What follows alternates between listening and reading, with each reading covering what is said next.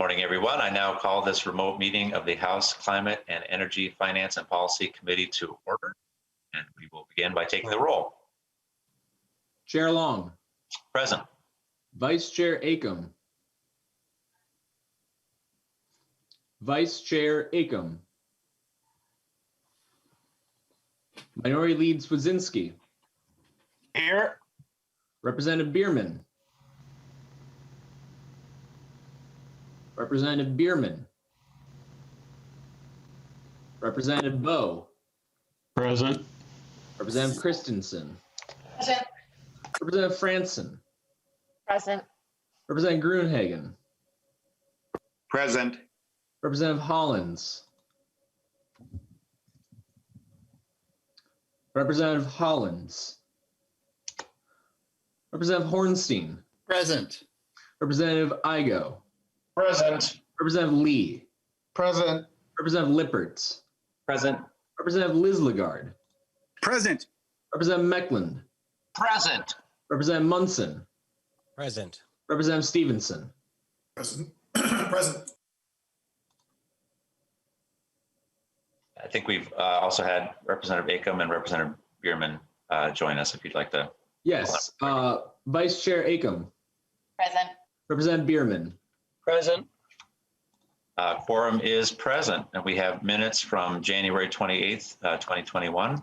Representative Acom, have you had a chance to look them over? I have, Mr. Chair, and I move approval. Representative Acom moves approval of the minutes from January 28th, 2021. Any discussion? Seeing none, all in favor say aye. Aye. Aye.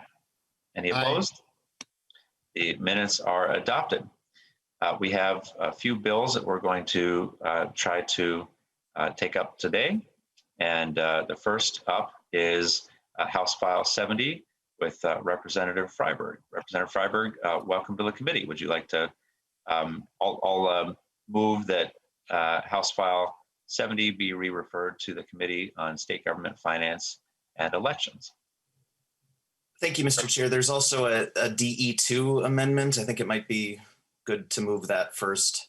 It would just put the bill in the shape I'd like. The main thing it would do is place the revolving loan fund in the Office of Enterprise Sustainability at the Department of Administration.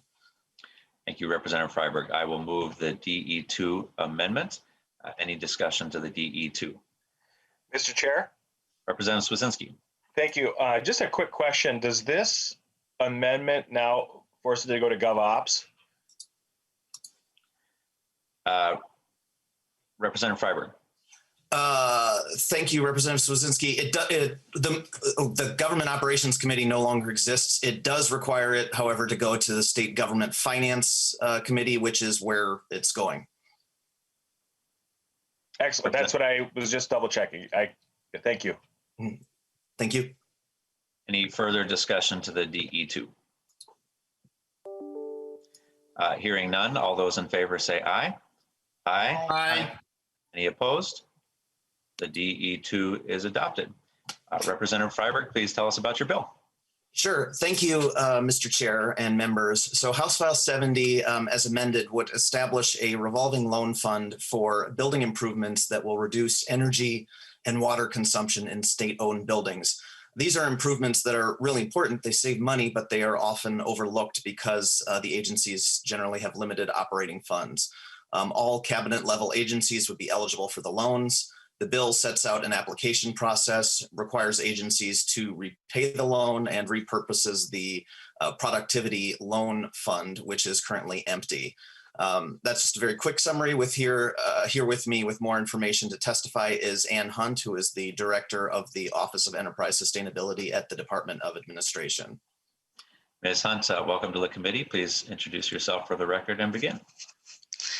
Good morning, Chair Long. I'm Ann Hunt. I'm the Director of the Office of Enterprise Sustainability with the Department of Administration, and I'm glad to be here today to talk, share with you a little bit about the Office of Enterprise Sustainability and the need for a revolving loan program.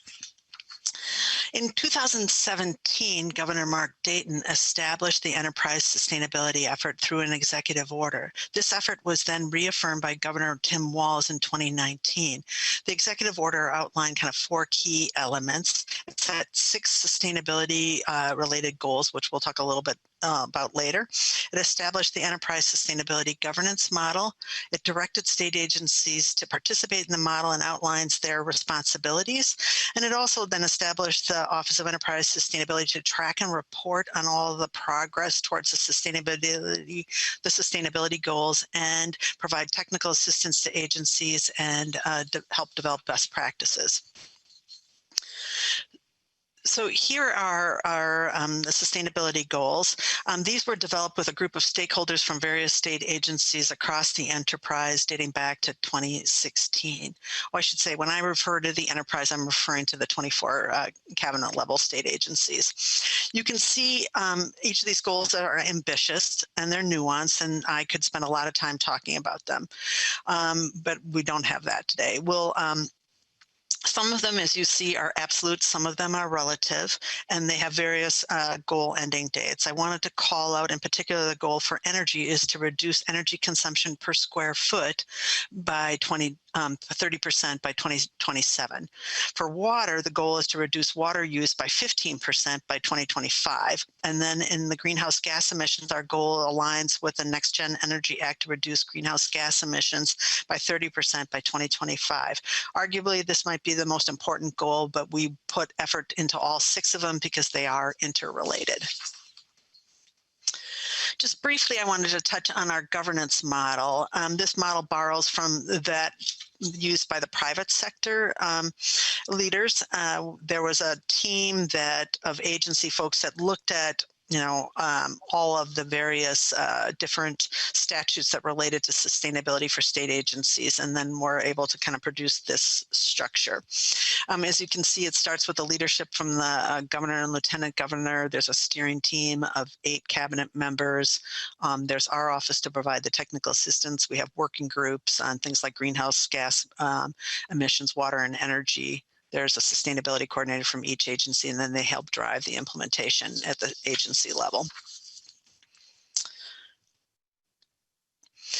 This is our sustainability mn.gov website. If you haven't taken a look at it, we don't have time to walk through it today, but I really encourage you to take a look at it. It's a public dashboard that shows how every agency and the overall state is doing towards the progress towards goal. You can view the information by agency or by goal area. This level of detail, I can't emphasize this enough, is unmatched by any other government sustainability reporting effort in the United States. As you can see, cumulatively, we've helped the state avoid $45 million in costs since 2008. Please do check out our website. I wanted to just talk a little bit about how we're doing on progress towards the goal. The enterprise has reduced energy intensity by 9% from our baseline, resulting in a 35% progress towards our 30% energy intensity reduction goal. And that's shown in the radial in the middle of this chart. We saw a drop from the baseline year to 2017, but since 2017, we've seen more severe winters, resulting kind of an increase in energy use to heat the buildings. It will take a substantial investment in energy efficiency and conservation to help us meet this goal. Next. The enterprise has reduced its water use by almost 4%, resulting in a 24% progress towards the goal of 15% water reduction. The reduction has come from kind of 3 areas, 3 main sources: work done by military affairs, the DNR, and the Met improvements at the Met Council's wastewater treatment facilities. Going forward, agencies are going to need to be doing audits of their landscaping sprinkler systems, installing low flow fixtures, and again, the Met Council has some significant planned investments for upgrading their wastewater treatment facilities. And I just wanted to touch on this greenhouse gas emissions goal. The enterprise has reduced greenhouse gas emissions from its operations, that's buildings and fleets and operations, including the wastewater treatment, by 18% and achieving a 61% progress towards the 30% greenhouse gas reduction goal. It's important to note that this does not include the GHG greenhouse gas emissions associated with the closed landfill program. The long-term reduction has come from three main sources: the reduction of greenhouse gas emissions from the electricity sector, or the decarbonization of the electricity sector. It's also been from the consolidation of square footage in buildings and improved energy efficiency in the buildings. Moving forward, agencies are going to have to make substantial improvements in the energy efficiency and conservation in their existing buildings. They're going to have to build more energy efficient new buildings under the SB 2030 program, which is requiring now new buildings be 80% more efficient than the 2003 average building. And incorporating more on-site renewable, and then purchasing more renewable energy like the Renewable Connect. Fuel switching is also going to be an important strategy kind of moving forward for the agencies.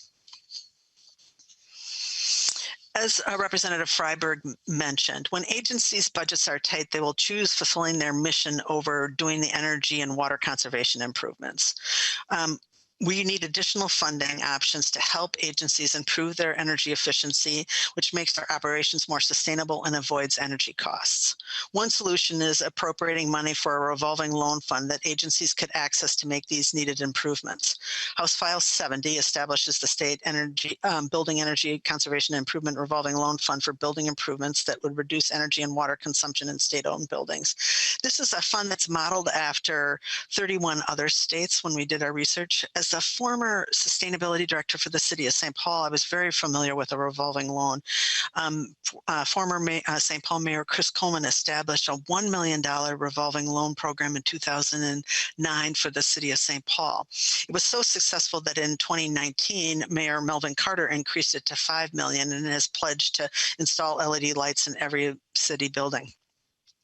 So all cabinet level agencies would be eligible to apply for the funds, and requests would be reviewed by our Office of Enterprise Sustainability and recommended for approval to the Commissioners of Admin, Management, and Budget and Commerce. The loan recipient agents would enter into agreements with the Office of Enterprise Sustainability, and they would use their savings from the energy improvements to pay back the loans. And the terms of the loans, the maximum would be for 7 years by statute. These are some of the criteria that we would use to review the loan applications, as Representative Freiberg mentioned. The loan applications, so these are some of, I'm sorry, yeah, thank you. These are some of the things that we would be funding with the loan. It would be LED lighting, it could be digital controls, ground and air source heat pumps, low flow fixtures, retro commissioning. The bottom item is a very comprehensive energy assessment that sometimes agencies would need to be able to look at what costs would be included, say, in a bonding bill. This would really help improve and reduce the cost for the various agencies. It would help the agencies become more efficient and has the added benefit of improving kind of their operational and sustainability and resilience efforts. The agency would be better able to weather bad economic times and while maintaining the level of service that Minnesotans expect from them.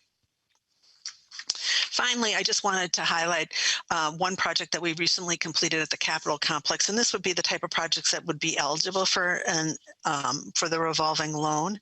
The Department of Administration applied for a University of Minnesota to the Technical Assistance Program, and we had a mechanical engineering student last summer in 2020 work with the Facilities Management Department to be able to assess the opportunities for retrofitting fluorescent fixtures to LEDs. And you can see there was 5 projects that were completed totaling about $102,000 for lights, parts, and labor.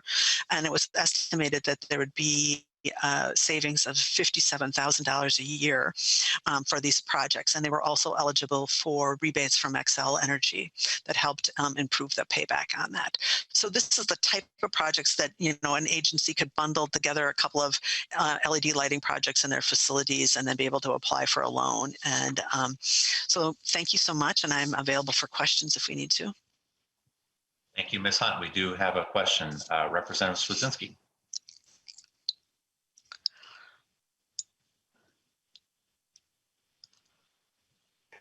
Thank you, Mr. Chair. Sorry about that. I had to find my mute button. Just a quick question to the testifier. So essentially, you're asking for $15 million with this fund. And it's going to be a revolving loan fund. So how is the funds generated through the agency to pay back to the fund? Ms. Hunt. Chair Long, Representative. The loan would be structured from the energy savings that the agency had from the improvements. So for example, if we determine that the project would pay for itself in 3 years, the loan might be structured, would be go into effect, and it would be a 4-year loan. They would see some immediate cost savings, and they would use those savings in their budget to repay the loan. Representative Swazinski, do you have a follow-up? So it's $15 million. I'm guessing if you have a goal of doing this through all the state buildings across the state, what is the total cost to do this in all state buildings across the state? Ms. Hunt. Chair Long, Representative, I don't have that specific information. We have all of this. There's currently 3,500 state buildings over 5,000 square feet that are in the B3 system, so they've been benchmarked. About 70% of them have been identified as needing improvements made at them. So these are throughout the entire state of Minnesota. There's 10 state agencies that own buildings themselves. And so these are the kinds of projects that we would want to be able to do. Some of them would need, for example, some of the campuses need to be metered. They might have just one meter that is electric meter for operating for several buildings, so they aren't able to really determine what the energy consumption might be in specific buildings and improvements. So meter building automation systems would be another kind of piece that they would be able to do. And some of those projects might be a couple $100,000 to do that project. Representative Swazinski, did you have Mr. another Chair, follow-up? Why not just come back to the well? I mean, there's hundreds of millions of dollars in this account for RDA. Why would you create a revolving? Why wouldn't you just create grants to these agencies? Representative Long, Chair Long, Representative Swazinski. A revolving loan is a very cost-effective way to be able to do this. The money would be there in perpetuity for doing energy efficiency projects. So my experience with the city of St. Paul, we owned 12 parking ramps. We initially converted from high pressure sodiums to fluorescent bulbs because at the time LEDs weren't really available. They were able to finance those improvements with the revolving loan, and then paid that back. Then the money was available for the fire department to make improvements for its facilities, or the libraries, or the Parks and Recs department. It's a much better way to be able to do it than, say, giving them direct grants. Representative Swazinski, did you have maybe one last question, and then we'll go to the public testimony? Thank you, Mr. Chair. And just kind of just getting the idea. So would putting insulation in a ceiling, would that be thing that's, how would that application work to that 1.5 employees? How would that process work? Like, hey, I want to put insulation in the ceiling of this building. Would that work on new construction? So if you build a brand new building and wanted to go above and beyond maybe what was bonded for, would that process work, or would it only exist under existing buildings?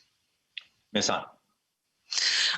Chair Long, Representative, the intent of this would be for existing buildings, and things like building envelope improvements probably would be more appropriate in the capital investment process. These are, again, for our things that are going to pay for themselves in less than 7 years. So I think we had a long list of things. We would also included the improving water fixtures. So they might be toilets, but in a number of the facilities, we have 24-hour operations where people are taking showers. So they would both get a water savings benefit and an energy savings benefit if they had more efficient low flow shower heads, for example. And Mr. Chair, just one last real quick question for the testifier. Very quick, Representative Sosinski. We have sorry, Mr. Chair. Testifiers on 2 more bills. Yeah. So if, because of the state buildings have had a lot less use in the last year, and water consumption and energy consumption, my guess has been lowered, and heat, because most folks are officing from home. What savings have been held in the last 24 months since the pandemic has started with state agencies and buildings and water usage? What actual savings has been seen from, let's say, 2019 numbers to 2020 numbers across the board? Ms. Hunt. Obviously, it's a big question. If you would like to provide that, that would be great to the committee. Chair Long, Representative, our office is just now starting to analyze all of the data from 2020. We get millions, as I said, we're keeping track of the energy and water use in 3,500 buildings across the state. It will take us several months to be able to analyze those things. We'll have that data available probably later this summer. We have had a number of facilities that are 24-hour operations. So the Corrections, Human Services, Veterans Affairs, all of those have continued to operate, and even during the pandemic. Thank you, Ms. Hunt. Representative Franson, would you mind if we do our public testimony, and then I'll come back to you for the first question? Ms. Hunt will be available for questions for after that, if that would be all right with you. Actually, I just have a quick question. So I thought the committee time was for members to ask questions, and it seems like we members are not able to actually ask questions as much as we would like, because the committee hearing is filled with so much testimony. And in order to flesh out these ideas, members need to be able to have the chance to ask questions so we can make informed decisions. Representative Franson, we only have 3 hours a week to meet. We can't meet very often in evenings or weekends or on Fridays. And so we do have a limited amount of time. I try to give as much flexibility as we can for member questions. Representative Swazinski got to ask 6. So I think we're doing as best we can. We have 2 public testifiers now. Jamie Fitzke is our first one. Ms. Fitzke. Hi, thank you, Chair Long, Representative Freiberg, and members of the Energy Committee. I'm Jamie Fitzke, Policy Manager for the Center for Energy and Environment, providing brief testimony in support of House File 70. CEE is a nonprofit based in the Twin Cities with over 40 years of energy efficiency experience in research and development, education, program development, implementation, and policy. We greatly appreciate seeing legislation that would establish a revolving energy efficiency loan for state buildings. Energy efficiency and energy conservation is the most cost-effective energy resource we have and should be actively implemented to reduce building operation costs and increase space usability. Establishing a revolving loan for state buildings will provide resources to continually implement and invest in cost-saving efficiency that otherwise might be delayed or not take place. These energy efficiency improvements reduce building operating costs and in turn reduce costs to taxpayers. We would ask the author to consider conforming to or citing existing 216B statute definitions, in particular referencing energy conservation and energy efficiency, to avoid confusion or irregularities. Excuse me. Thank you for all who worked on this bill and hope there is continued support. Thank you. Thank you, Ms. Fitzke. Next, we are hearing from Rick Evans. Mr. Evans, please introduce yourself and begin. Thank you, Mr. Chair. I'm Rick Evans with Xcel Energy. I just want to note, because I don't think it's been mentioned, and for some of the committee members that particularly are new to the committee, as you're considering this bill, please note that the source of the funds in the bill, it comes exclusively from Xcel Energy customers. I don't offer that as a recommendation for or against the bill. I just want to make sure that everybody's aware of the fact that Xcel Energy customers are the ones who are providing the money for this program.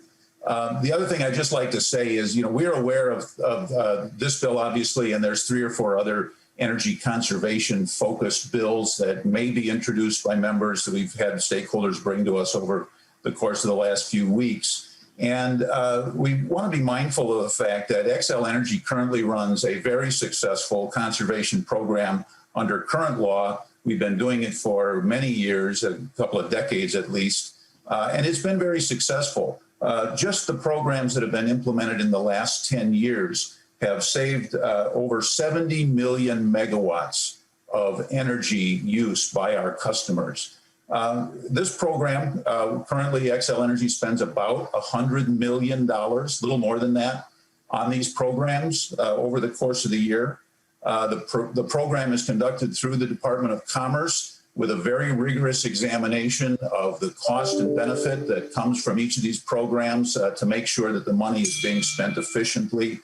And then, as you're all aware, you recently passed the Representative Stevenson's Eco Bill, which not only increased the goal of energy savings for Xcel Energy, but also provided some additional strategies for achieving those goals. So I raised this just because as the committee considers House File 70 and the other conservation measures that may come before you during this session, we would encourage you to look at all of these programs together, including the current SIP program, to make sure that they're consistent, that they're not duplicative, that they maximize the use of resources available for conservation. We look forward to working with Representative Freiberg, the entire legislature, authors of other bills that may come along, and with the stakeholders, some of whom have testified here today, to improve the programs that we have and to make sure that they're working together. And so I just wanted to kind of put a marker down for looking at conservation. Committee, I know, is aware we have very robust programs going on now. And as we add programs to it, we would like to, consider how they all work together. Thank you. I'd be happy to answer any questions. Thank you, Mr. Evans. Discussion of the bill. Representative Swazinski. Thank you, Mr. Chair. This question is for Mr. Evans. Does Xcel Energy, obviously it's a utility, do they also sell water? Mr. Evans. Mr. Chair, Representative Swazinski, no, we do not have a water utility. Representative Swazinski. Mr. Chair, and Mr. Rick Evans, do you currently do anything with water efficiency in any other areas of either your utility or when you're doing RDA projects or anything like that other than hydroelectric dams, I suppose? But Mr. Evans. Mr. Chair and Representative Swazinski, not for customers. I mean, this gets off the topic a little, but we do use a tremendous amount of water in many of our power plants, and that's a constant focus of how we're using the water in the power plants. But obviously, that's beyond the scope of this bill. Representative Swazinski. I have no further follow-up. Representative Franson. Thank you. Thank you, Mr. Chair. This question is for Mr. Evans. So could you just explain how much Xcel ratepayers pay every year into the RDA and whether that is a flat amount or does that amount increase every year? Mr. Evans. Mr. Chair, Representative Franson, the RDA is paid based on the number of storage casks for spent nuclear fuel that are stored at our 2 nuclear power plants. They don't necessarily go up every year, but they go up frequently as more fuel is taken out of the plants and added. The money is divided between what we are paying for old legacy programs from earlier Renewable Development Fund and what we deposit with MMB. I think our deposit with MMB this year was something around $16 million. But the total amount that our customers pay for the legacy programs plus the new is approaching. I really, I probably shouldn't say, but it's $30 to $40 million. I'll get that to the committee and we'll distribute that. I should have that on the top of my head, but I haven't really looked at it in a while, so I've forgotten what the number is. And then, thank you, Mr. Chair. Could you explain to me, so I'm new on the Energy Committee, super excited to be a part of the team here. So could you just explain exactly what the RDA was intended for? So I'll allow the question, but we will have subsequent hearings on the renewable development account when we get to budget hearings. So if it could be brief, Mr. Evans. Thank you, Mr. Chair, Representative Franzen. The RDA was set up in 1994 as a part of legislation that allowed for offsite, or rather on-site storage of spent nuclear fuel. The purpose of it was to enhance the development of renewable energy as an alternative in Minnesota. And one final question, Mr. Chair. Representative Franzen. Thank you. And Mr. Evans, could you inform us how many conservation projects does Excel do for units of government? Mr. Evans. Mr. Chair, Representative Franzen, I think as Ms. Hunt mentioned, our current SIP program, Conservation Improvement Program, is available to government as it is to all of our customers. And I believe she mentioned that in some of their projects, they have used those programs to help with the cost of their improvements. Representative Franzen. And so, Mr. Evans, is it possible to give us, I'm sure Excel keeps track of that. Is that possible that you could share that information with the committee? Mr. Evans. I don't, Mr. Chair, Representative Franzen, I don't know that we break it down by customers in that way, but I will certainly check and I will let you know. Thank you. That would be helpful. Thank you, Mr. Evans. Representative Lippert. Thank you, Mr. Chair. And I just want to make a quick comment to the bill. I want to thank Representative Freiberg for bringing this forward. So as someone who's led nonprofits with very tight budgets, we are always very concerned about energy efficiency, want to make those improvements in the congregations I've served. And it was difficult to find those funds. So being able to tap a revolving loan fund like this for agencies where budgets are also very tight, I can see how that would make a huge difference. I was thinking about, boy, it would have been helpful if we had a denomination revolving loan fund like that to have access to. So just want to thank you for bringing the bill forward, and I think it's a great idea. Thank you, Representative Lippert. Representative Mecklin. Thank you, Mr. Chair. This question is for Mr. Evans, and if you don't have the information immediately available, if you could get it to us. But part of what was mentioned here is converting and doing retrofit away from fluorescent and going to LED. Aside from rebate programs, can you break down, or do you have a number, what the actual both power usage and electric cost savings are when you convert from fluorescent to LED? Mr. Evans. Mr. Chair, Representative Mecklin, I don't know off the top of my head, but I'm sure I can find that for you and I'll let you know. Representative Mecklin, do you have a follow-up? I do not. Thank you. Okay, seeing no further discussion, Representative Freiberg, would you like to make any closing comments? Thank you, Mr. Chair and members, and thank you as well, Ms. Fitzke and Mr. Evans. So I'm happy to work with the stakeholders as this bill moves forward to address the issues. I'm pretty sure we can reach a conclusion. I've looked into it a little bit already after receiving an email from Mr. Evans yesterday. So appreciate the comments and glad to get input on this bill. And I welcome the support of members to move this along in the process. Thank you, Representative Freiberg, and thank you for bringing this bill forward, and Ms. Hunt for your leadership. That this is a really important topic to try to help reduce energy and water usage and costs across our enterprise, and a proven solution that we've seen work in cities in Minnesota and across the country. So I really appreciate you bringing this forward.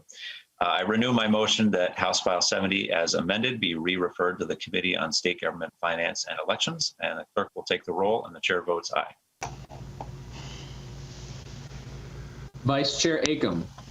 Aye. Minority Leader Swedzinski. No. Representative Bierman. Aye. Representative Bowe. No. Representative Christensen. Aye. Representative Franzen. No. Representative Grunhagen. No. Representative Hollins. Aye. Representative Hornstein. Aye. Representative Igo. No. Representative Lee. Aye. Representative Lippert. Aye. Representative Liz Lagarde. Aye. Representative Mecklin. No. Representative Munson. No. Representative Stevenson. Aye.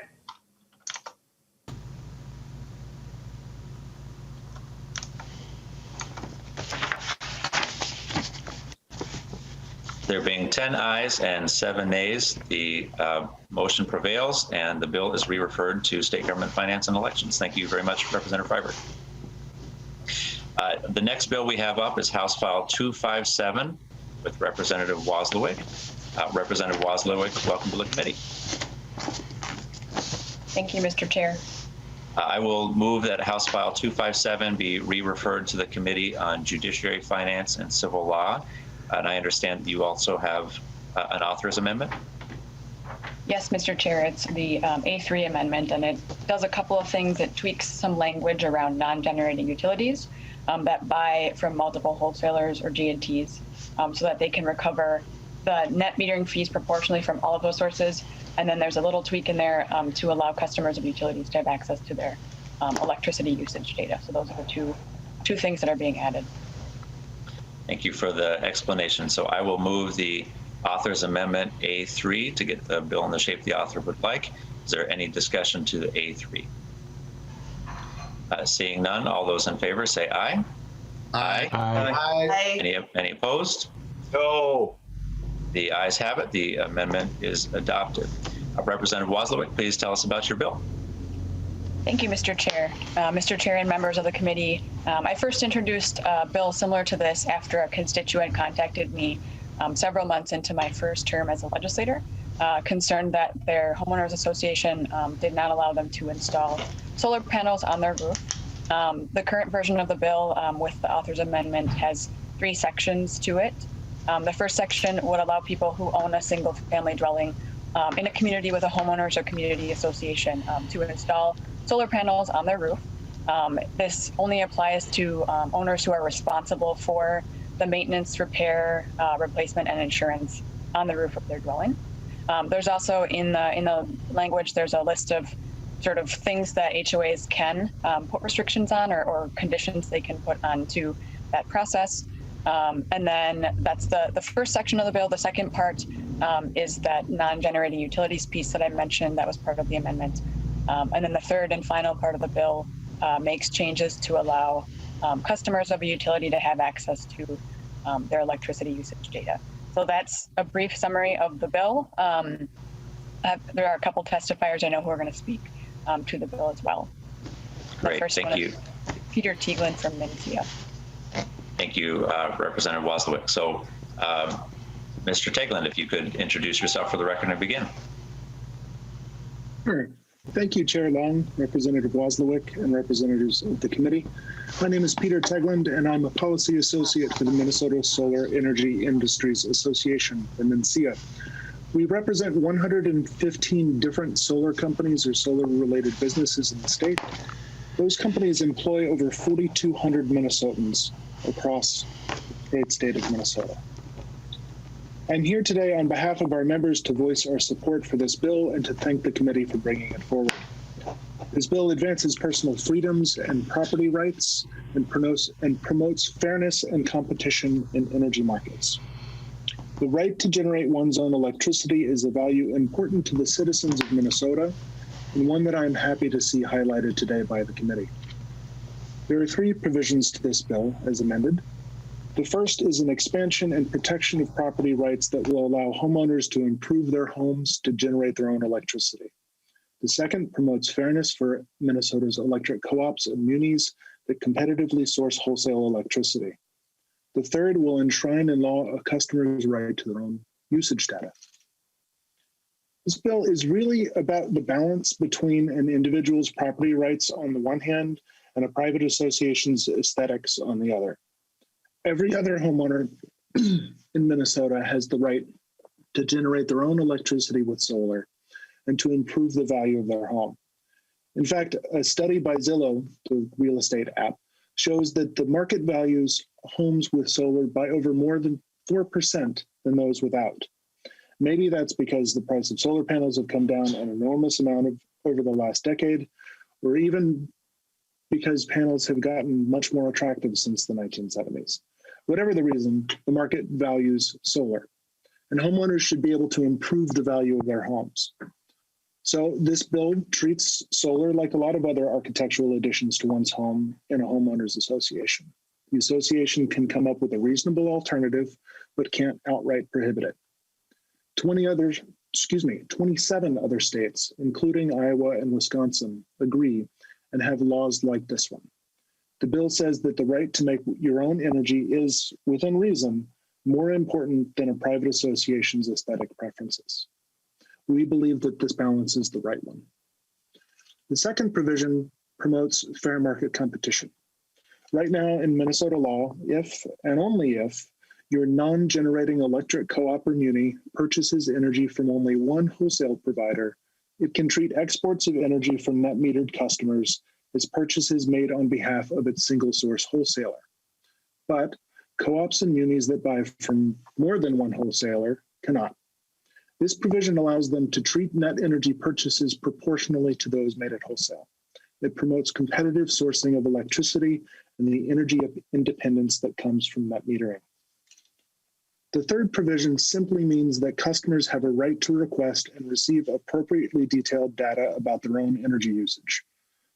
The data is really just a description of how much and when the customer is buying energy from their own utility.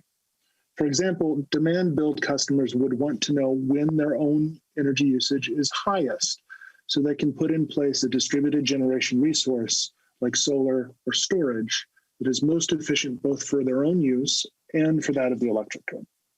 Customers have a right to their own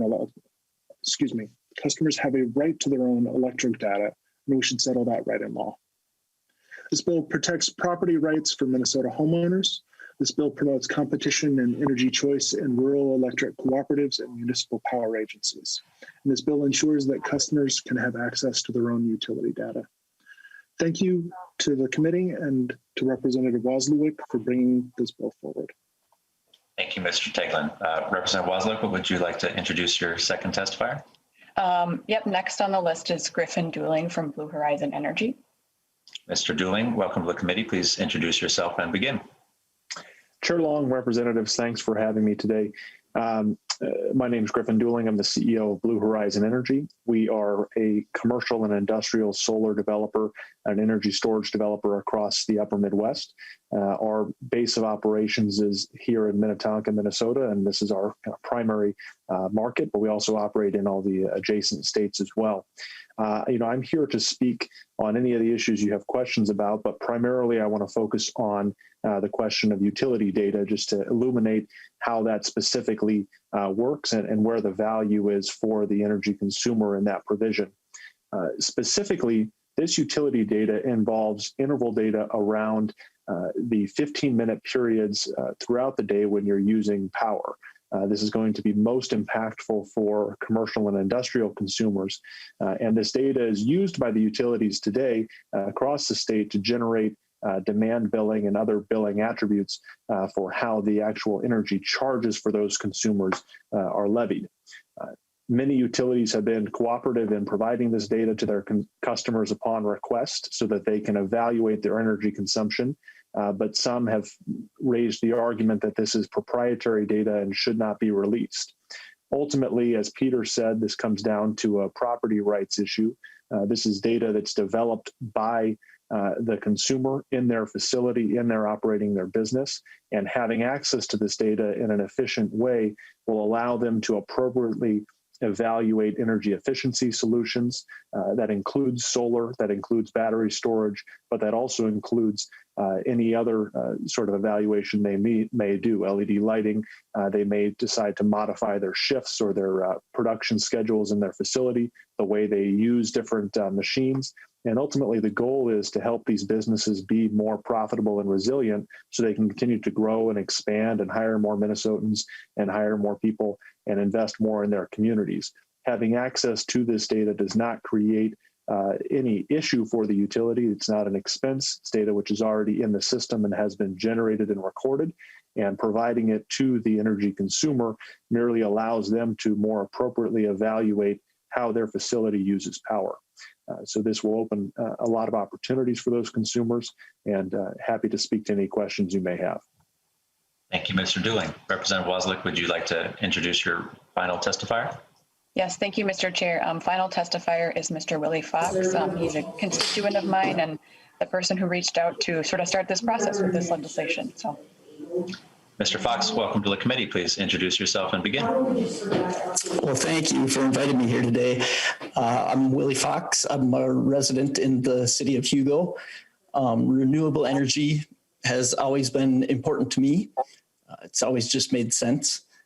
Solar power is clean and unlimited. Independence is important to me, and that includes energy independence. I drive an all-electric car. My dream is to power my car direct from the sun as it charges in my garage. My home was built in 2019 and my neighborhood has an HOA. I did not understand the full impact of the HOA until I attempted to install solar panels. I worked with a local solar installation company. We came up with a plan. Measurements were taken, diagrams created, full details included. We dotted the I's, crossed the T's. A plan was submitted and the HOA rejected it. The official response is that the plan does not conform to the exterior appearance architectural standards set forth by the developer and builders of the association. Now, the architectural standards document does not mention solar panels specifically, so I made some additional inquiries. Over the last year and a half, I have spoken with my association, my builder, other builders, and the master developer. Most common response is this will not be allowed. Second most common response is this decision is up to someone else. I consider myself to be a reasonable person, so I kept looking for a reasonable answer. I was eventually told the aesthetic may not be visually pleasing to other residents. I was also told installation is not allowed because it may impact insurance and warranty for the roof. Now, these two concerns are valid. I certainly want to respect my neighbors as well as fully insure all aspects of my home. Unfortunately, I was not given the opportunity. My solar panel installation plan was simply rejected and I have no current path forward. A letter to my representative was my last idea. I never considered legislative action would be necessary, but here I am today. I'm happy to speak in support of HF 257. The guidance is needed and appreciated to ensure the well-being of all parties involved. Solar panel installation is not a new idea, and other communities and other states have successfully adopted similar standards. This action is reasonable and responsible. The guidance makes sense, just as renewable energy to me is reasonable, responsible, and just makes sense. Thank you. Thank you so much, Mr. Fox, for sharing your story and being with us in the committee today. We have a few questions and then we will go to public comment. We had a number of individuals sign up for a public comment on this bill before our meeting today.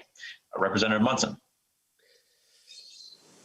Yeah, thank you, Mr. Chair and members, and to the testifiers. I think it's really important that we understand the history of installing solar panels on houses. And there are so many lawsuits because of the blight to the community that this caused, and because of concerns from homeowners, because solar panels contain toxic chemicals like cadmium and lead that when the panels can crack or break down can create toxic pollution in the yards and in the neighborhood. And this is especially important when you have houses together that have a shared well. This is why the solar community gardens were created in the first place, so that you could still power your electric car from your solar panels, but it would be at a different location, not in the community. This is a private contract that people, they wanted to be in a neighborhood where the houses would not be blighted, where people couldn't put up wind turbines or solar panels on their house, but they could put them together in a community and together have solar power. And that's why we have community solar gardens in the first place. The toxic chemicals that are in most of these solar panels are very real, especially in the northern states that have the freeze-thaw conditions in the wintertime. I have great concern over this bill because it does undo what so many people came together and created these neighborhood associations for in the first place. And to Representative Wazlawik, I would ask that you would maybe accept an oral amendment on your bill. On the original bill, I haven't figured it out with the amendment, but on line 1.15, it says the section applies to single-family dwellings, whether attached or detached, where the dwelling owner is responsible for maintenance, repair, placement, and insurance of the roof. But even in a community where you have attached units, the owner is still responsible for replacing the roof, but they collectively are. So I think it's really important to call out that this should read that it's directly and solely responsible because all members of the community would be responsible for repairing a roof if they have an organization that pays for that, indirectly, and then your bill doesn't call that out. So, putting solar panels on a roof does cause damage to the roof, and it adds to the expense of all homeowners in the community. And so I think it's important to call that out to be separate. But I understand the concern where people want to put these panels on the roof, but it really goes against the whole reason why the solar community gardens were started in the first place, and doesn't address all of the toxic chemicals that are in these panels that can leach out if there's a hailstorm or a tornado, or just the natural breakdown of these panels. Representative Wazlawik. Thank you, Mr. Chair. Representative Munson, thank you for that comment. It's certainly something we can think about. There is some work to be done on some of this language, so we'll keep that in mind and look forward to your support of my PFAS legislation because you're so concerned about toxic chemicals. Representative Swazinski. Thank you, Mr. Chair. I'll just wait till after all the public testimony for my questions. Thank you. We'll come back to you then. Looks like other hands have gone down as well. All right, we have 4 testifiers who signed up ahead of time. And first is Jonathan Edmondson. Mr. Edmondson, please introduce yourself for the committee and begin. Hi, my name is Jonathan Edmondson. I'm an electrical engineer. I live in the city of Blaine. We live in a wonderful community called the Lakes, and we've actually lived here for about 15 years and just recently moved into our second home in the neighborhood, which we plan to be in for the next 30 to 40 years. We have the hope of installing solar on our own house. We want to realize long-term financial savings, which we estimate to be $50,000, and also estimate 400 metric tons of CO2 over the lifetime of the system. We would not be able to realize these savings through a community solar garden. We're planning to install all black panels that would minimize any aesthetic impacts. Since we do have dark asphalt shingles, these would blend in quite nicely. The Lakes development is a large community consisting of over 2,000 homes. There's a master association that's subdivided into sub-associations. We submitted our request to the HOA, which was over 4 months ago, and after a couple of weeks, the sub-association recommended a denial of our request due to aesthetic concerns with the panels being visible from the street. The master HOA has yet to issue a final verdict. They do not have any guidelines in solar on any of their architectural forms. Being a long-term resident, electrical engineer with knowledge of solar, and one of the first homes looking to go solar, I requested to be involved in these discussions and even offered to volunteer my help in drafting reasonable guidelines for the community. However, there's been low to no response to my requests and yet to receive any indication if my install will be allowed. I do believe the HOA should be able to put in place reasonable guidelines around solar energy systems. Panels not extend beyond the peaks or edges of the roof. Modern all black panels, painted conduits blended with the house, following national and local electrical codes. These are all reasonable guidelines that can minimize aesthetic impacts and ensure safety. This bill would not interfere with HOAs from establishing reasonable guidelines such as these. However, it is not reasonable for homeowners to experience excessive delays while HOAs make little to no progress adapting their guidelines to allow for solar. More importantly, HOAs would not be imposing they should not be imposing unreasonable guidelines that would significantly impact the efficiency or the cost of the system. This includes restricting panels to rear-facing roof surfaces when it would significantly reduce efficiency, or requiring less reliable solar shingles that would significantly increase the cost. 1 in 4 Minnesotans live in neighborhoods with HOAs, and these are prime locations for residential rooftop solar, with typically less tree shading. In the 21st century with Minnesota's clean energy goals, we should ensure homeowners have the ability to achieve their goals of producing clean energy and realizing long-term financial savings by ensuring HOA guidelines are reasonable and not overly restrictive. I hope my HOA is motivated to allow for this system in my community. However, I have personally experienced excessive delays and do fear unreasonable restrictions will be imposed that will make it impractical to install solar in my home. I sincerely hope you will support this bill. It will, with the falling cost of solar, it will significantly help homeowners who would like to invest in their home and want access to clean energy. This will help support local solar installers and open new markets to them. It will contribute to Minnesota's goals for increasing clean energy.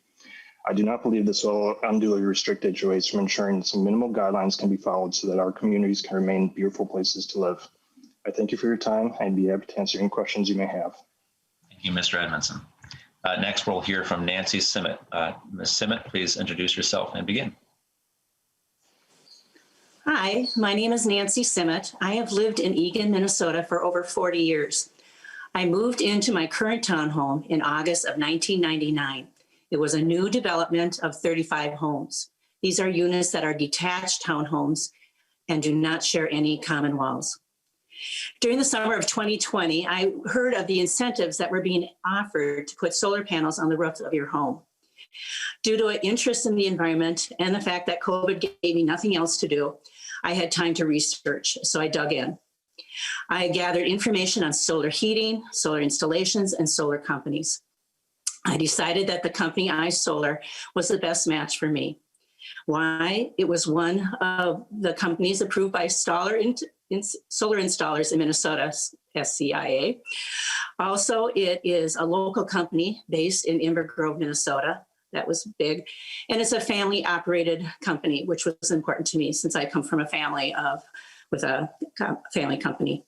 I worked with Justin from iSolar, and he put together a comprehensive package that met my townhouse specifications. What I learned was my townhouse was perfect for solar panels. It faces the right way and it works well. Next, I approached my HOA board to apply for approval. I forwarded the iSolar information and filled out the HOA application form that they require for outside changes or construction. I submitted all the information on October 13th, 2020. I received my rejection email the following day, October 14th, 2020. Basically, no discussion between the board members or with me. Just following what had been done in the past with the 1999 bylaws. Using section 8.1 of Oak Point of Eagan Homeowners Association Handbook, and I quote, restrictions on alterations. One of the purpose of this declaration is to ensure that those parts of the unit which are visible from exterior be kept architecturally attractive and uniform in appearance, end of quote. I'm going to end this with how disappointed I was and still am in this rejection. I believe in renewable energy and that the consequences of not moving forward are real.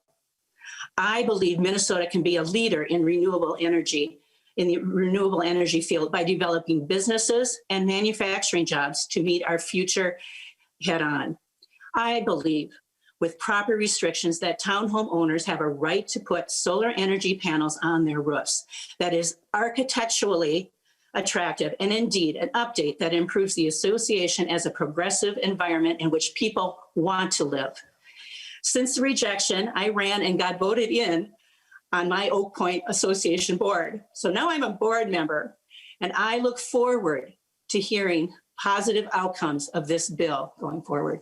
Thank you. Thank you so much for joining us. Next, we're hearing from Patrick Farnham. Mr. Farnham, please introduce yourself for the record and begin. Good morning, Mr. Chair and members. Thanks for your time today.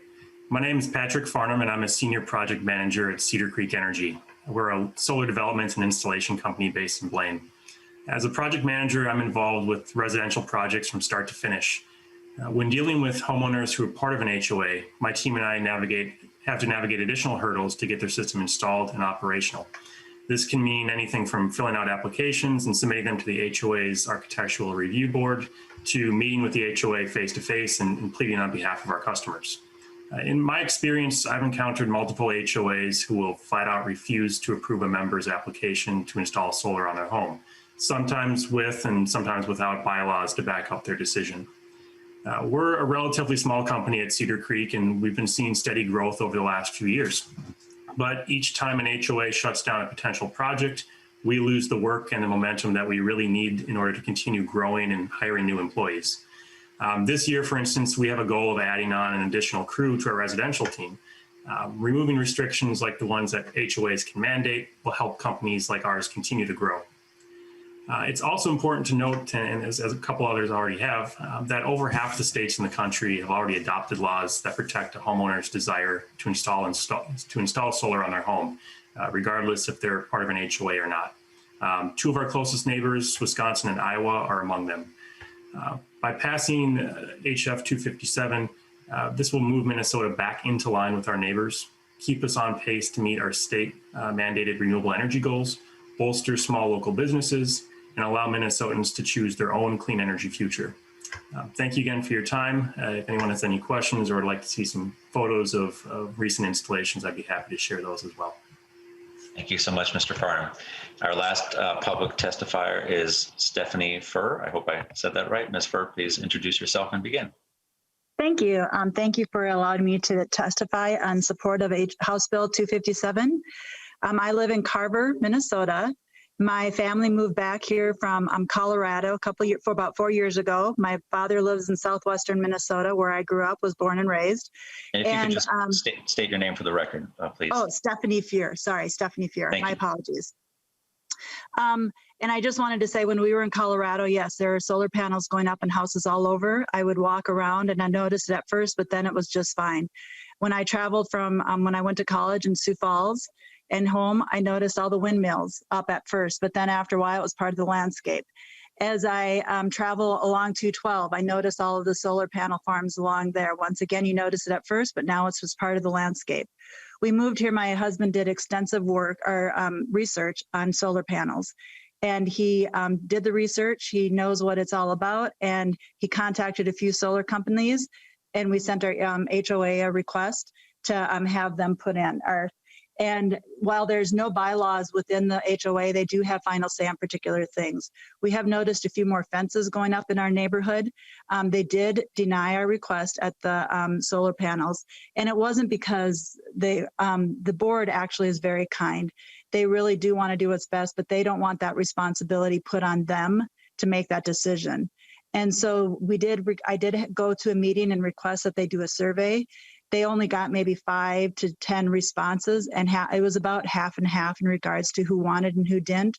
We have a much bigger community than that, but those are things that people are not necessarily paying attention to. The board had never really had this come up to them before, and so it's something new for them. And so I think that this bill is wonderful in the fact that it really takes that responsibility off of the local board members. We know that aesthetically it looks fine. It looks so much better than what they did in Colorado, where it was just those big honking glasses. These are much nicer looking. And my husband has paid attention to the financial piece of it, and he knows that this will save us money. We really do believe that installing solar panels will be a benefit to everyone. It'll financially, it'll benefit. It'll be producing our own clean energy. And we know that our neighbors, once they see it and how it really does not look bad at all, they will probably be very much interested in this for themselves. So thank you. Thank you so much for coming to the committee today. So that concludes our public comments, and now we'll go to discussion to the bill. Representative Swazinski. Thank you, Mr. Chair. And this would just be a question to kind of the homeowners. You know, within your HOA, you know, obviously that's a private entity of, you know, people that have kind of come up with a constitution and a board and whatever rules. Are there options within those HOAs to change the regulation? So I know the one testifier said she was just currently elected to that board. Are there avenues within your own, you know, obviously we believe in local control. Are there avenues within that board to change those regulations within the HOA, or are there not? Representative Swazinski, did you want to direct that to an individual person? Yeah, it was the female testifier. Okay. I can't remember her name, sorry. Ms. Simmet, question for you. You know, I just got on the board in November. What I'm finding right now is the solar panels probably isn't the first thing that's on their agenda. I'm finding that they are, and I'm thinking this is probably a lot of different HOAs. It's easier just to let things slide. It's easier to, the woman who just said, you know, they just don't want to make that decision. That's kind of what I feel is happening with my board.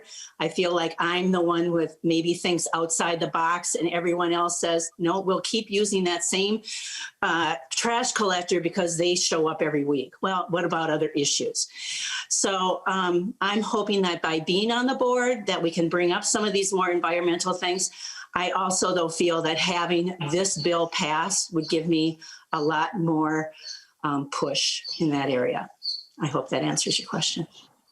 Mr. Chair, Representative Swazinski. And this question would be to Mrs. Simmet or the fella from Hugo too. Have you tried in the past, and then to other testifiers, is it just that you that sort of thing? What's the like? Have you tried to change the bylaws locally?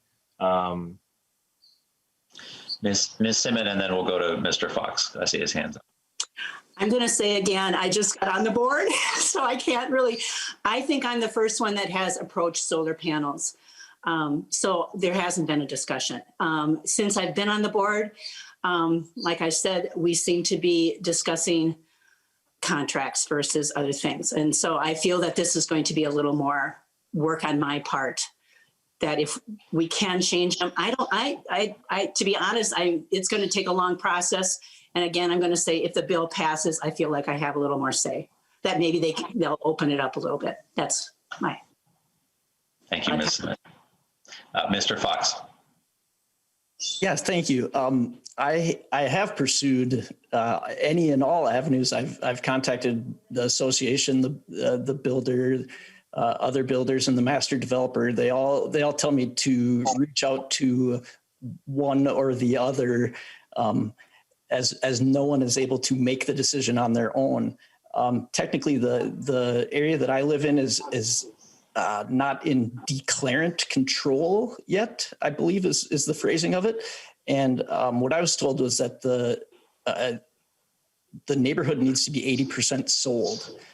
When I looked around and saw that my neighborhood was 80% sold, I asked again what was the status on it, and I was told that they had just recently opened a new neighborhood for new development, and so I'd have to wait for that neighborhood as well to be 80% sold. So I feel I'm getting the runaround, and I don't expect that will stop anytime soon.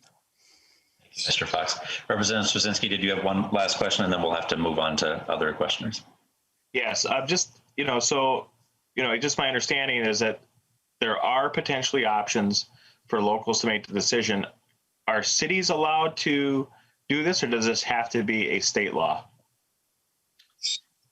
Who are you directing that question to, Mr. Swazinski? Well, it'd either be, this maybe to Representative Wazlawik, like you represent your area. Are your cities allowed to just do this? Or are you, so can they ban this particular?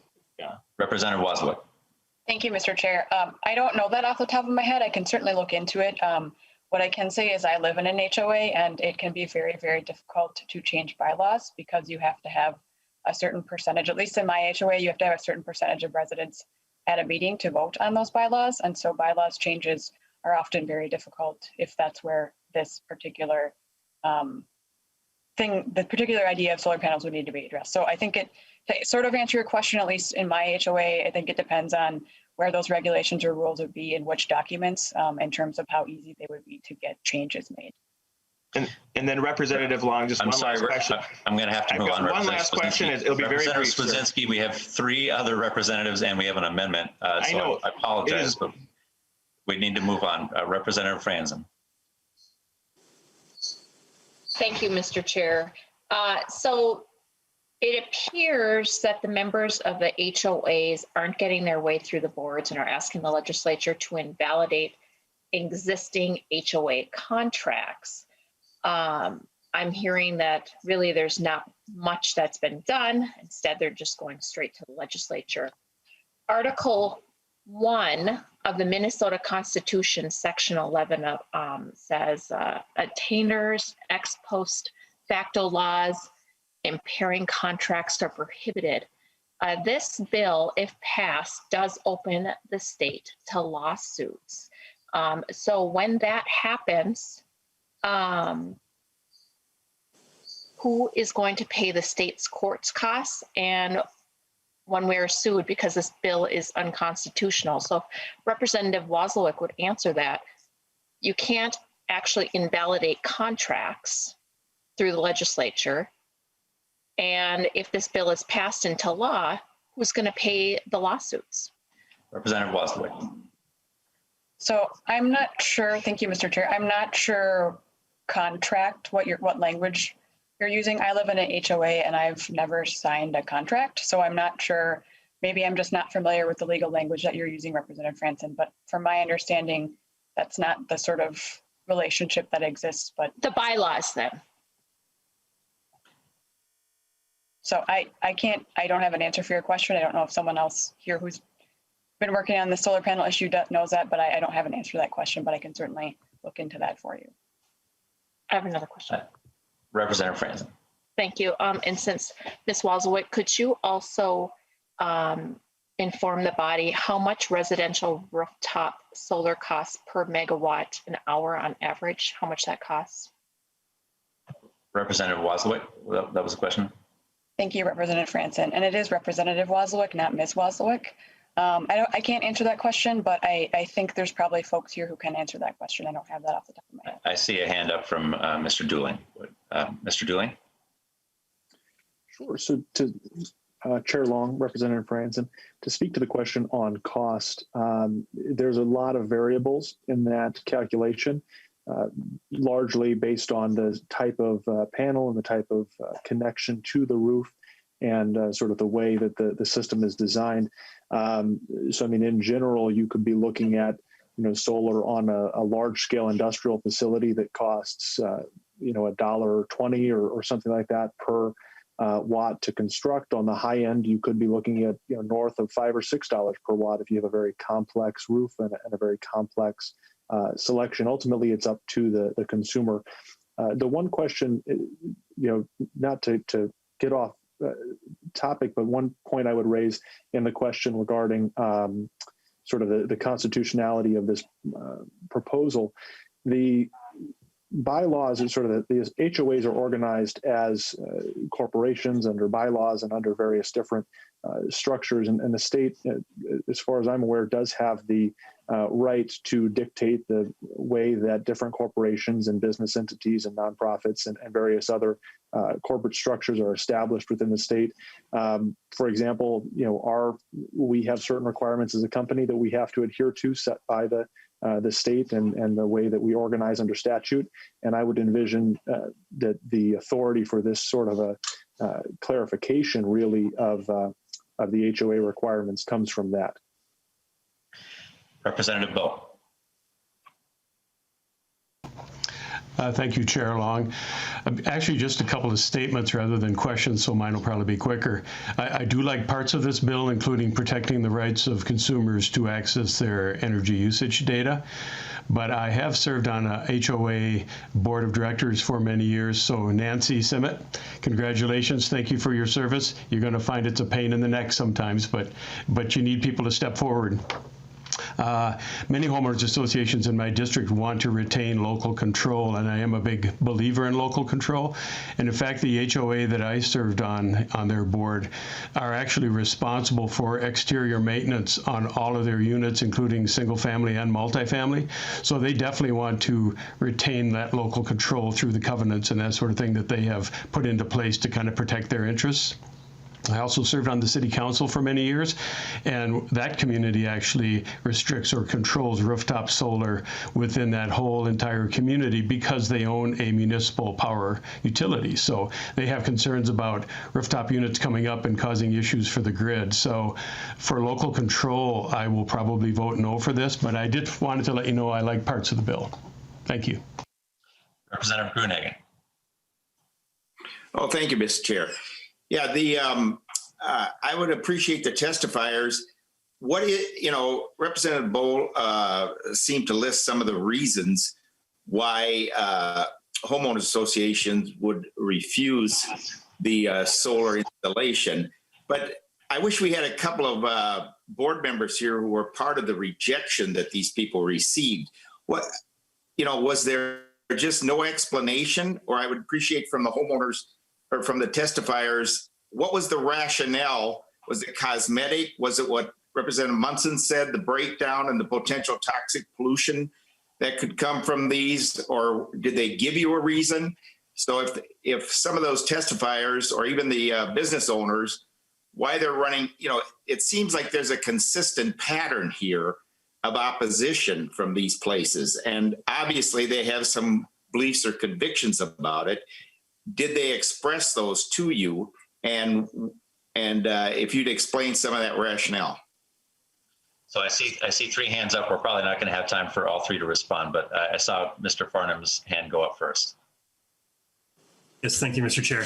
Yeah, in response to the question, in my experience with rejections from HOAs, it is almost entirely come down to aesthetics. It's usually module location or location of the modules on a street side of a home, which can be an issue because when you're doing a roof mounted system, it's extremely important on how you use the best oriented roofs. And if that ideal roof is on a different roof plane than the street side, you can basically cut the production of the system down considerably. Other concerns are also around like conduit and equipment mounted outside. Those can usually be assessed pretty easily, but one last comment is a lot of times these HOAs are run or held under a larger management company, and they hold control of the bylaws. So a lot of times they'll just fall back on those bylaws without a whole lot of, at least from what I've seen, a whole lot of real connection to the homeowners or members in the actual community. Thank you. Representative Gruenhagen, did you have a follow-up? Does that answer your question? Well, I just, I have concerns that this one size fits all state mandate. I really believe in local control. I think if there's a real benefit to homeowners, and when you sign up for a homeowners association, an HOA, you know that there's going to be limitations. You know that going in. And now all of a sudden we're supposed to circumvent that and do a one size fits all. I just think I'm going to be a no on this bill. And I understand the intention, but you've got to work locally with your people, and getting on the board like the one lady did is a good way to start influencing the system. Thank you, Mr. Chair. Representative Mecklen, did you have a question, or can we move to your amendment? I actually had a quick comment before we get to that. The comment is, I have a question for the testifiers that are kind of going through this process. Have any of them considered using these new technologies of solar shingles that don't have the appearance of a solar panel mounted on top of a shingled roof, but rather it's the shingles themselves? There's several products out there. I'm not going to advocate for any one of them, but they are out there. I'm curious if any of them have proposed that to their HOA that might circumvent some of these complications. Looks like Mr. Fox wanted to respond. Mr. Fox. Yeah, I have looked into this. I at this point in time, the companies I've looked into, it doesn't appear feasible to get it installed currently. I would definitely be looking for it in the future, but I fear that when I place my future application that it would again be rejected, as the HOA has no current language around this topic. My application is simply flatly rejected with really no reason why. So that's why I would look for this HF 257 to provide some guide rails. Thank you. I see three other hands, but so there's a lot of interest in responding, but unfortunately we have to move to your amendment, Representative Mecklen. Representative Mecklen, would you like to move your amendment?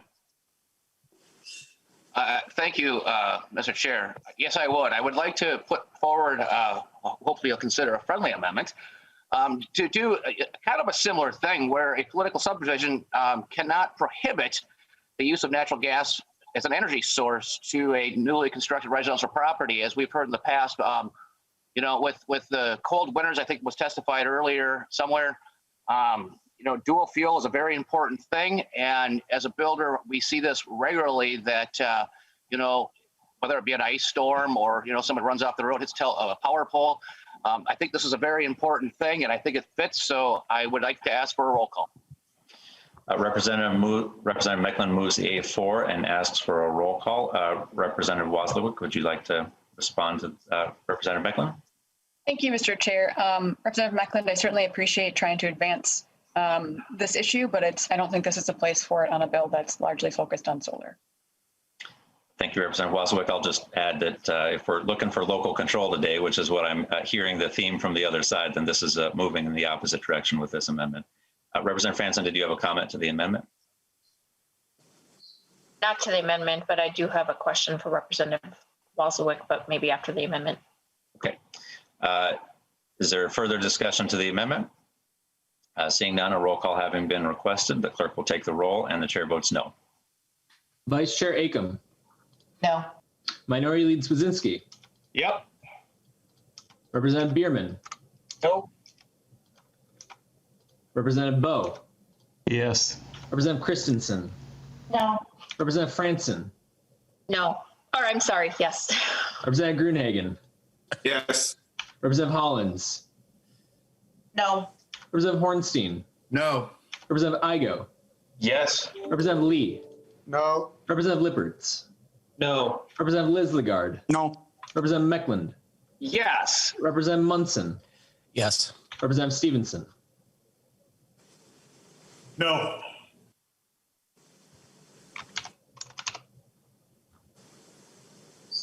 There being 7 ayes and 10 nays, the amendment is not adopted. Further discussion to the bill, Representative Franson. Yes, thank you. So to Representative Wazlawik, so there seems to be quite a few people outside of our hearing room here, or hearing Zoom, that are watching. So I did get a text regarding what I was asking about the lawsuit. So this individual sent a text saying that they signed an agreement with their HOA to enforce consistent aesthetic standards, and that is what they want, is a private property owner. This individual does not want the state overriding their private contract. This individual said they would be looking to sue. So the question then is, if this person were to sue, or a collective amount of people were to sue, and let's say they win because the bill they feel is unconstitutional, who pays? Representative Wazlawik. Thank you, Representative Franson, for the question. Thank you, Mr. Chair. I don't know the answer to your question, Representative Franson, so I will follow up on that and get you that information. One final question. Representative Franson. Thank you. Wonderful. Representative Wazlawik, and I do apologize for not using your title before. That was just out of practice. So if solar panels are limited in your HOA, have you tried to change the bylaws within your HOA? Representative Wazlawik. So thank you, Mr. Chair and Representative Franson. So that discussion, we already sort of went through that whole thing. Representative Swedzinski asked a similar question. In my particular HOA, I don't know of any restrictions on solar panels. But as I said earlier, the process in my HOA, and I assume it's similar in other HOAs, to change certain documents that are involved in HOAs, including bylaws, can be a very difficult process because you have to have, again, a certain number of people, sort of a quorum per se, to vote on bylaws changes. So again, from what I know of the bylaws and other documents, it would depend where in those documents these regulations would be, and if they even exist. It sounds like from a lot of the testifiers that a lot of them don't even have any sort of rules around solar panels at this point. Thank you. Mr. Edmondson would like to respond as well, and then we're going to move to the vote. Mr. Edmondson. Thank you, Chair. Yes, so I am going through the process currently with my homeowners association. They did not have any rules in place. So they are looking at establishing rules, and I've offered to provide assistance in that without them taking no response to that, though, as I mentioned in my testimony. So this can be a very long, drawn-out process to try to do this, especially if it involves being voted into the HOA, so you can try to establish these rules going forward. And the HOAs are there to protect the interests of the residents. It doesn't make sense for an individual homeowner to have to get voted onto the board to personally advance something for their own house. Thank you. Thank you. Representative Wazlawik, do you have any closing remarks before we move to the vote? Thank you, Mr. Chair. No, just appreciate the opportunity to be here on behalf of my constituent in particular and other folks who are looking for the opportunity to generate their own energy through solar panels in the state of Minnesota. So thank you. Thank you to members of the committee for hearing the bill as well. Thank you so much, Representative Wazlawik. And thank you to the public who joined us today and the testifiers. This is clearly an important issue that is not affecting one community. And I at least believe that there's a real interest in individual homeowners having the freedom to put solar panels on their roof, with the ability for homeowners associations to put on reasonable restrictions. That seems like a reasonable outcome and a reasonable individual liberty that we should be protecting.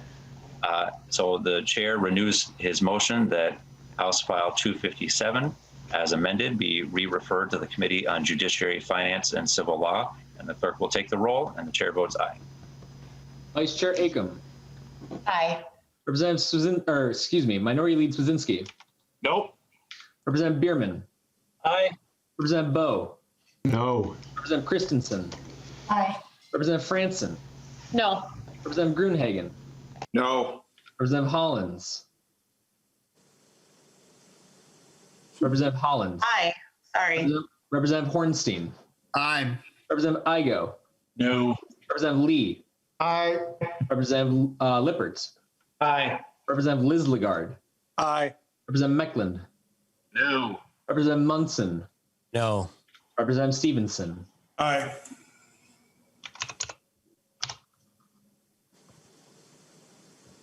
There being 10 ayes and 7 noes. Is that correct? Excuse me, there being 9 ayes and 8 noes. The